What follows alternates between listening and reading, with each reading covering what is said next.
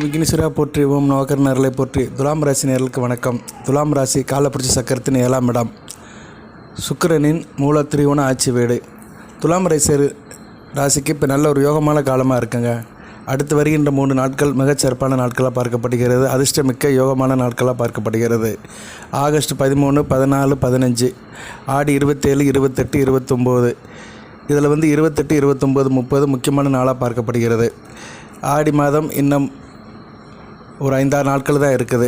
வர வெள்ளிக்கிழமையோடு ஆடி முடிஞ்சிடும். 17/8/2024 ஆவணி 1. சரி, இந்த ஆடி மாதம் கடைசியில் உங்களுக்கு நல்ல ஒரு யோகா பலன் காத்திருக்குதுங்க. ராசிக்கு கேந்திரத்தில் கிரகங்கள் வலுப்பெறுது. உங்கள் ராசிக்கு 2ஆம் இடம் தன குடும்ப வாக்குஸ்தானத்தில் சந்திரன் வராரு. 13ஆம் தேதி 13, 14, 15 2ஆம் இடத்துல சந்திரன் இருக்கிறாரு. அடுத்து 3ஆம் இடத்துக்கு போவார். நல்ல விதமாக பார்க்கப்படுகிறது.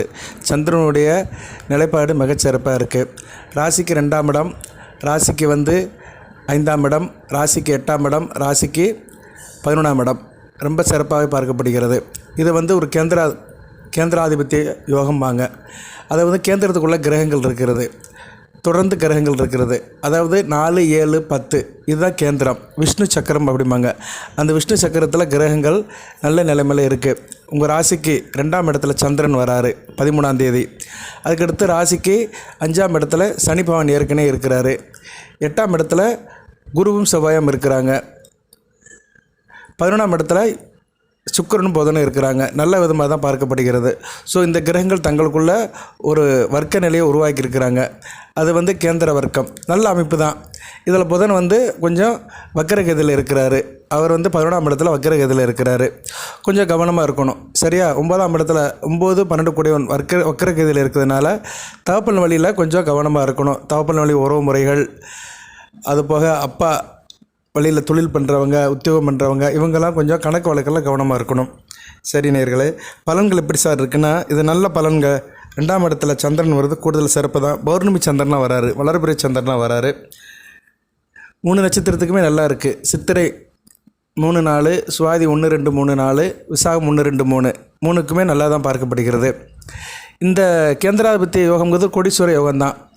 நீங்கள் இப்போ கோடிகள் அந்த அமைப்பில் இருந்தீங்கன்னா உங்களுக்கு கோடிகள் கண்டிப்பாக கிடைக்கும். ஆனால் இது இந்த அமைப்பு ஜனன ஜாதகத்திலையும் கொஞ்சம் ஒத்து போகணும். சரியா? இந்த கேந்திராதிபத்திய கோடீஸ்வர யோகம் கிடைக்கணும்னா உங்கள் ஜனன ஜாதகத்திலையும் அந்த சம்மந்தப்பட்ட கிரகங்கள் ஒரு நல்ல நிலைமையில் இருக்கணும். சந்திரன், சனி, செவ்வாய், குரு, சுக்கிரன், புதன் இந்த 6 கிரகங்களுமே ஒரு நல்ல நிலைமையில் இருக்கணும். சரியா நேயர்களே? அந்த 6 கிரகமும் நல்ல நிலைமையில் இருந்துச்சுன்னா உச்சபட்ச யோகம் கிடைக்கும். அதாவது ஃபஸ்ட் ப்ரைஸ் சொல்கிற மாதிரி முதல் தர யோகம் கிடைக்கும். 6ல் 4 நல்லா இருக்குன்னா 2ஆம் தர யோகம், 6ல் 2 தான் நல்லா இருக்குது அப்படின்னா 3ஆம் தர யோகம் கிடைக்கும். எப்பவுமே கிரகங்களும் தரவரிசை பட்டியல் படி தான் பலன்கள் கொடுக்கும். எல்லாத்துலேயுமே ஒரு தரவரிசை இருக்குது. 1ஆம் நம்பர், 2ஆம் நம்பர், 3ஆம் நம்பர்னு இருக்குது. அதனால் நீங்கள் அதை எடுத்துக்கணும். யோகங்க கிடைக்கிறதுக்கும் கொடுத்து வச்சுருக்க வேண்டும். அதுபோக இப்போ கோடீஸ்வர யோகம் அப்படின்னா நீங்கள் கோடிகளில் இப்போதைக்கு ஆல்ரெடி நீங்கள் கமிட்மெண்ட்டாக இருந்தீங்கன்னா கோடிகள் கிடைக்கும். இப்போ துலாம் ராசியில் ஒருத்தர் பெரிய பிஸ்னஸ் பண்ணுறாரு, ஒரு பெரிய மால் வச்சுருக்கிறாரு, இல்லைன்னா பெரிய ஜவுளி கடை வச்சுருக்கிறாரு, பெரிய ஸ்டோர் வச்சுருக்கிறாரு, அவருக்குன்னா கோடிக்கணக்கில் பணம் பொருளும். சின்ன ஒரு டிபார்ட்மெண்ட் ஸ்டோர் வச்சுருக்கிறாரு, சின்ன பெட்டி கடை வச்சுருக்கிறாரு, திட்டமாக ஒரு 10 பேர் வச்சு வேலை பார்க்குறாருன்னா அவருக்கு லட்சக்கணக்கில் கிடைக்கும். சாதாரண நிலையில் இருக்கிறீங்க, வேலை வெட்டிக்கு போயிட்டு வரீங்க, மாத சம்பளம் வாங்குறீங்க, சின்ன சின்ன வியாபாரம் பார்க்குறீங்க, சிறு குறு வியாபாரம் பார்க்குறீங்கன்னா ஆயிரக்கணக்கில் பணங்கள் கிடைக்கும். சில பேருக்கு லாட்டரி யோகமும் கிடைக்கும். அது நம்ம சொல்லி பொது ஜோடத்தில் சொல்லி சில குறிப்பிட்ட நாட்கள் சொல்லி ஒருத்தருக்கு பணம் கிடச்சிருக்கு. அவர் நேரில் எனக்கு ஃபோன் பண்ணி சொல்லியிருக்காரு, நம்ம கமெண்ட் பாக்ஸ்லேயும் போட்டிருக்கிறாரு. அவருக்கு இந்த கேரளா லாட்டில் ஒரு 60,000 கிடச்சிருக்கு. அதை சொல்லி பெருமைப்பட்டார். சார் நீங்கள் சொன்ன டேட்டில் போன வாரம் சொல்லியிருந்தேன், 8ஆம் தேதி சொல்லியிருந்தேன், 8/9 சொல்லியிருந்தேன், 8/9, 10 அந்த நாக சதுர்த்தி கருட பஞ்சமி நாட்களில் நல்லபடியாக இருக்கும்னு சொல்லியிருந்தேன்.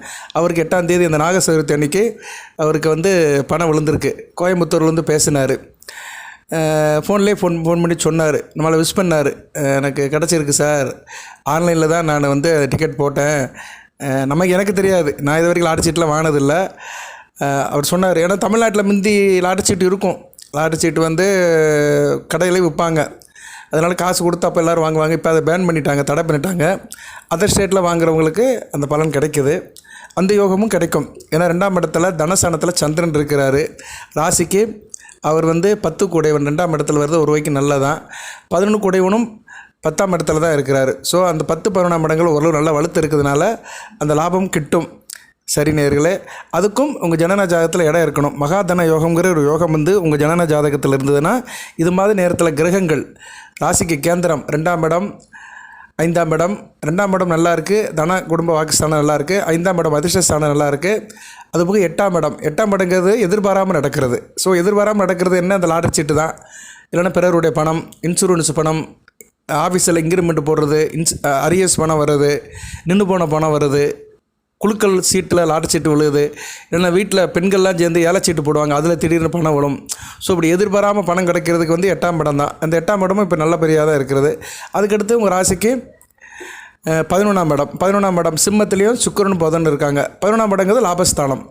ஸோ தனஸ்தானம், பணம் வருகின்ற ஸ்தானம், அதிர்ஷ்டஸ்தானம், எதிர்பாராத இடம், லாபஸ்தானம். இதில் 4லையும் கிரகங்கள் சந்திரனை மையப்படுத்தி இருக்கிறதுனால அந்த அமைப்பு கூடும். இதில் வந்து சந்திரனுக்கு வந்து செவ்வாய் குரு பார்வை இருக்குது. 13, 14, 15 குருச்சந்திர யோகம், சந்திரமங்கல யோகம், குருமங்கல யோகம் இதெல்லாமே வந்து உங்கள் ராசியை சுற்றி நடக்குது. 2ஆம் இடத்துல 8ஆம் படி நடக்குது.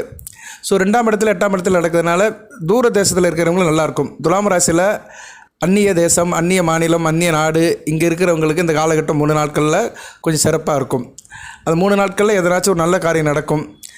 யோகம்னா என்னென்னா, நீங்கள் எல்லோரும் டக்குன்னு லாட்டரி சீட்டுன்னு போயிடக்கூடாது. அதுக்காக தான் நான் கூடுதலாக அதில் கொஞ்சம் சொன்னேன். நான் ஏதோ ஒரு நல்ல காரியம் நடக்கும். சரியா? ஒரு நல்ல பொண்ணுக்கு வந்து நல்ல வரன் அமையும். அந்த வரன் பற்றிய தகவல் வரும். ஒரு பையனுக்கு நல்ல இடத்துல வேலை கிடைக்கலாம். இல்லைன்னா குடும்பத்தில் இடம், மனை, வீடு வாங்குறதுக்கு ஒரு அமைப்பு கிடைக்கும். இந்த ரெஸ்டாரண்ட், ஹோட்டல் வச்சுக்கிறவங்களுக்கு நல்ல வியாபாரம் போகும், நல்ல லாபமாக இருக்கும். ஏன்னா சந்திரன் 2ஆம் இடத்துல இருக்கிறதுனால அந்த சாப்பாடு சம்மந்தப்பட்ட அமைப்பில் நல்ல ஒரு லாபத்தை கொடுப்பாரு. அடுத்து வந்து மற்ற எத்தனையோ வகையான லாபங்கள் இருக்குது. குடும்ப உறவு முறையிலும் சரி, பழக்க வழக்கத்திலும் சரி, நிறைய ஒரு பெனிஃபிட் கிடைக்கிறதுக்கு வாய்ப்பு இருக்குது. சரியா?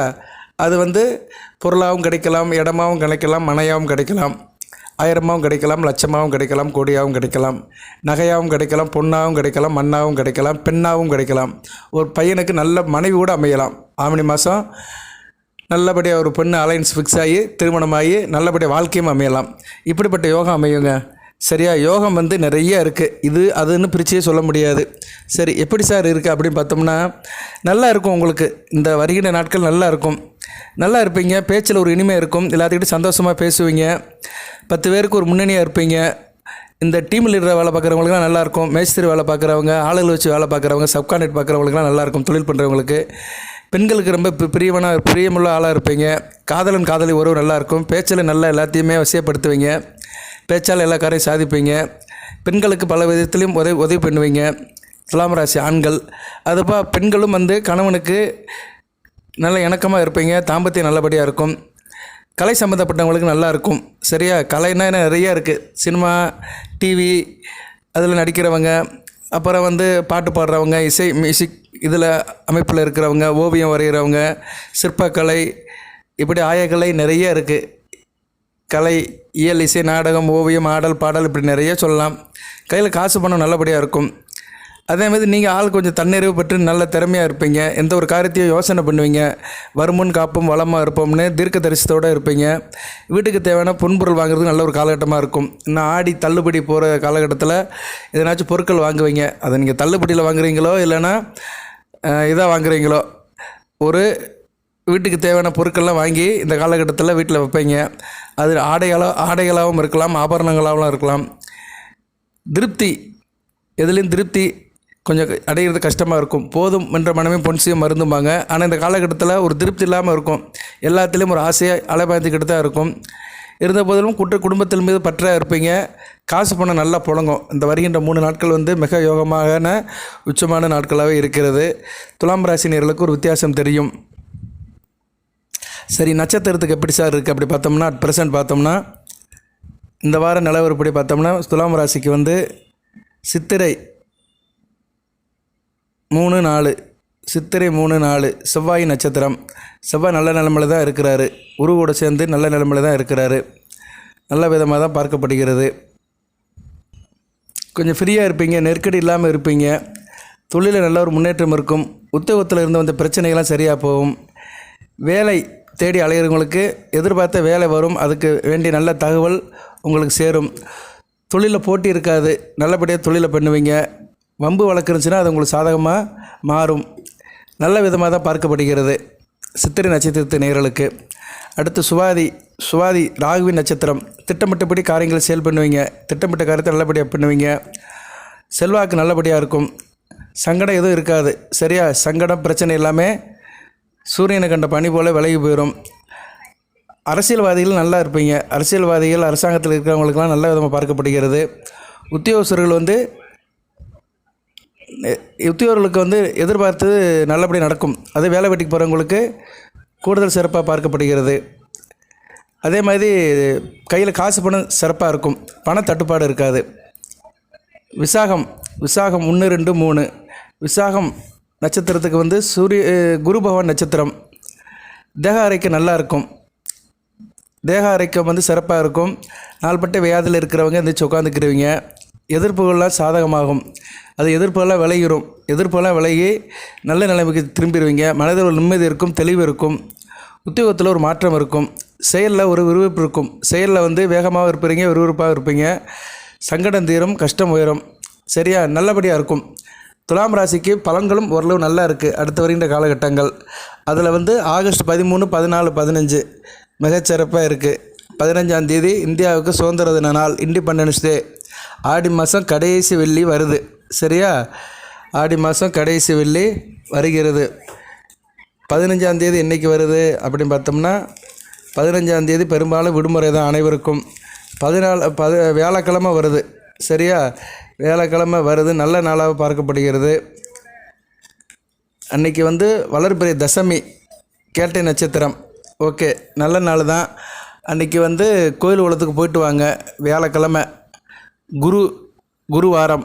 குரு பகவான் உங்கள் ராசிக்கு 3, 6 குடைவன் தான். 8ஆம் இடத்துல இருக்கிறாரு. அஷ்டமத்தில் குரு இருக்கக்கூடாது. அதெல்லாம் ஆடி வியாழக்கிழமை சிவனாலயத்துக்கு போங்க. சிவனாலயத்துக்கு போனீங்கன்னா தட்சிணாமூர்த்தியோ குரு பகவானுக்கோ விளக்க போட்டு வந்தீங்கன்னா உங்களுக்கு கூடுதல் சிறப்பாக இருக்கும். சரியா? தைரிய காரியமாக இருப்பீங்க. காரிய அனுகூலம் இருக்கும். காரிய வெற்றி இருக்கும். உத்தியோகஸ்தர்களுக்கு நல்ல விதமாக பார்க்கப்படுகிறது. உத்தியோகம் பண்ணுறவங்களுக்கு மிகச்சிறப்பாக இருக்கும். ஆடி கடைசி வியாழன் ஆகஸ்ட் 15ஆம் தேதி. நான் எதுக்கு சொல்கிறேன்னா அன்றைக்கி விடுமுறை. அன்றைக்கி கோயிலுக்கு போகிறதா இருந்தால் சிவன் கோயிலுக்கு போங்க. குரு பகவானை கும்பிடுங்க. தட்சிணாமூர்த்தி வேறு, குரு வேறு. தட்சிணாமூர்த்தி தெற்கு நோக்கி இருப்பார். தனி சந்நிதியில் இருப்பார். தனியாக இருப்பார். நம்ம சிவன் கோயிலுக்கு போயிட்டு பிரகாரம் சுற்றி வந்தோம்னா தெற்கு பக்கத்தில் இருப்பார்.